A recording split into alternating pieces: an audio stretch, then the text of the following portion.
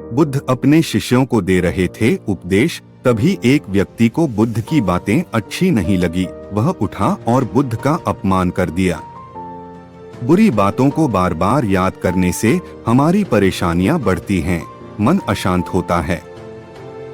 इसीलिए दुख देने वाली बातों को भूलकर आगे बढ़ना चाहिए।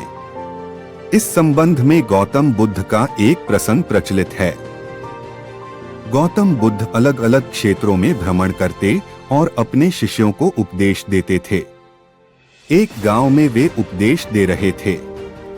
बुद्ध ने कहा कि क्रोध ऐसी अग्नि है जिसमें क्रोध करने वाला खुद भी जलता है और दूसरों को भी जलाता है।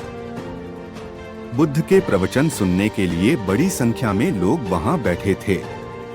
उन लोगों में बहुत गुस्से वाला एक व्यक्ति भी बैठा हुआ था।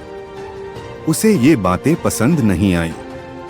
वह अचानक उठा और बोलने लगा कि बुद्ध, तुम पाखंडी हो। बड़ी बड़ी बातें करना ही तुम्हारा काम है।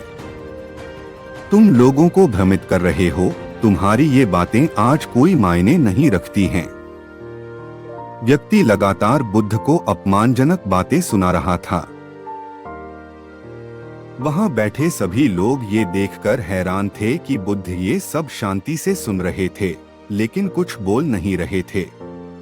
क्रोधी व्यक्ति बुद्ध को शांत देखकर और ज्यादा क्रोधित हो गया। वह बुद्ध के पास गया और उनके मुंह पर थूककर वहां से चला गया। घर पहुंचकर क्रोधी व्यक्ति का मन शांत हुआ तो उसे अपने किए पर बहुत पछतावा हुआ।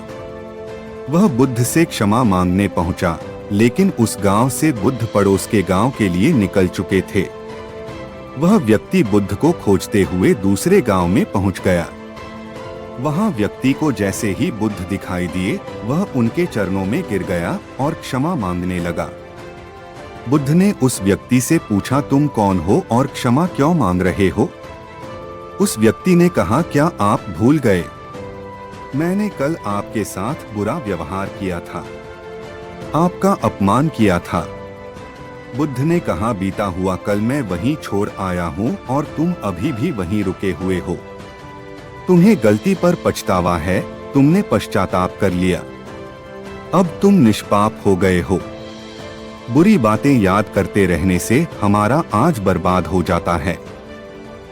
इस आदत की वजह से भविष्य भी बिगड़ सकता है। इसीलिए बीते हुए कल की बातों को भूलकर आगे बढ़ना चाहिए।